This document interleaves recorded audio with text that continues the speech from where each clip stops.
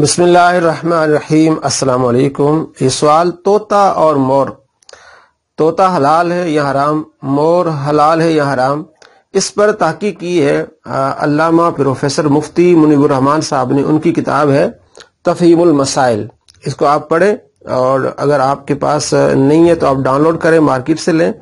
6 جلد میں انہی سے یہ سوال ہوتا ہے طوطا حلال یا حرام۔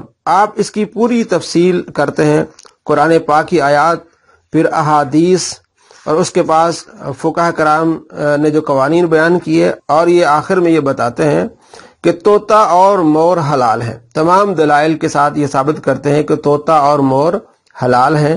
تو یہ کتاب بہت اچھی کتاب ہے، اس کو آپ پڑھیں، اس میں اسی طرح کے بہت سارے مسائل آپ کو ملیں گے۔ طوطا اور مور حلال ہیں۔ تفہیم المسائل لکھنے والے پروفیسر مفتی منیب الرحمان صاحب۔ السلام علیکم ورحمۃ اللہ وبرکاتہ۔